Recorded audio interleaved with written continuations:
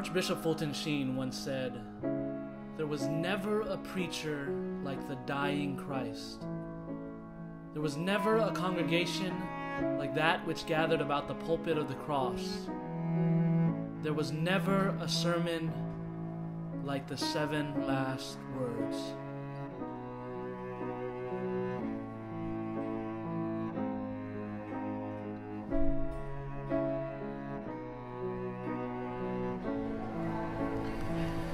Standing by the cross of Jesus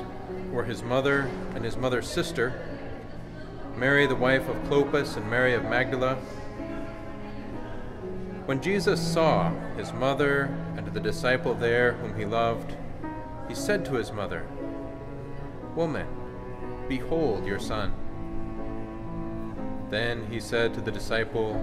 "Behold your mother." And from that hour the disciple took her into his home.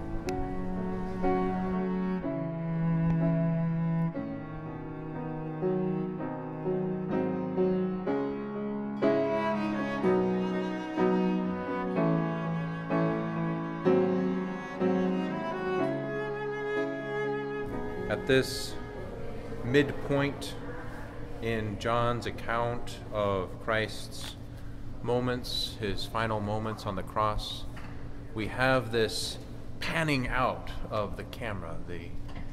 inclusion of those who are there at the foot of the cross, this listing of the different disciples, the women who were there, but most particularly John draws the attention to the mother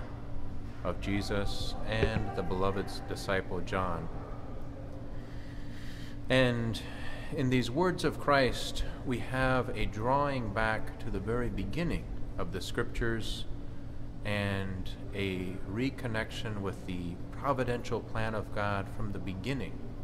of salvation history, that God seeks to draw us into family, that God in his own nature as Father, Son, and Holy Spirit is the mystery of relationship, the mystery of love, the mystery of family, and that in forming a human community, in forming our original parents, Adam and Eve, and all of us, their descendants, he seeks to draw us by means of the family into this communion of love, into this communion of that gift of self embodied in his self-donation on the cross. And the astonishing new moment, this astonishing transformation that takes place in the words of Christ confirms what was intended from the first moment of his incarnation, that he seeks to unite us with himself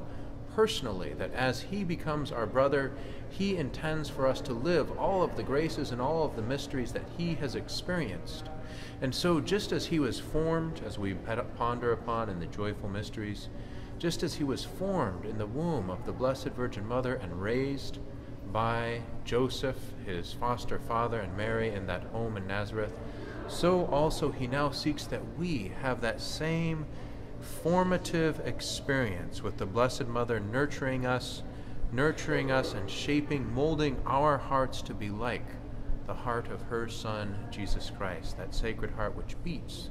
with love for the entire world.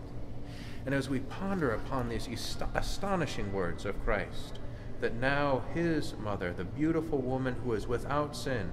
who has a heart of intercession for the world, that she is now in our homes, that we are called to care for her, that she is the one who is always at our side, this mystery transforms our identity, for we are truly formed with Christ. We are truly sons of the beloved Mother. And I recall some of the accounts of John the Evangelist taking the Blessed Mother to the city of Ephesus, far from the Holy Land on the coast of Asia Minor, when they lived in solitude, and the Blessed Mother, who still, of course, bore both the heavy burden of her Son's passion and the profound hope given in his resurrection, in those quiet moments of contemplation and prayer, as John continues to go forth as a leader of the church community, calling others to respond to the gospel of Christ, it is this presence of the Blessed Mother that brings tenderness and gentleness to our hearts. And so we ask as well, that we could be formed by her and truly bring her into our homes.